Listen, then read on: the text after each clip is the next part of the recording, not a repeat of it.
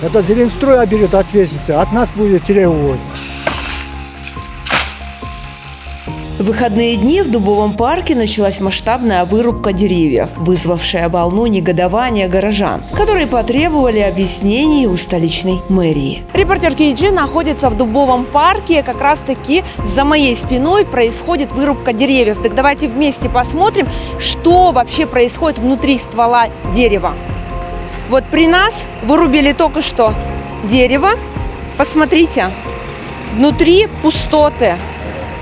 Ствол, получается, съеден вредителями, так называемыми в обиходе усачами.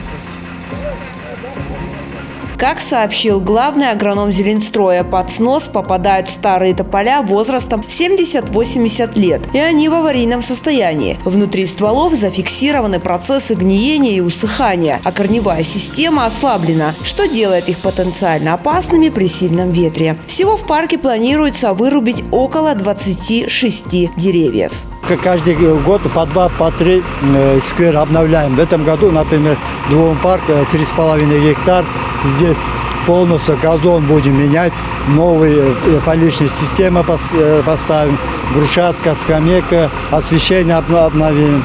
И дополнительно, конечно, здесь будет новая посадка будет.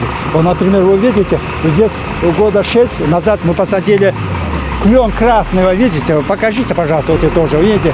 Клен красный именно на скверах разве. Теперь вот эти ряд все старые дерева мы сносим, теперь вот эти мы через одну пересадим.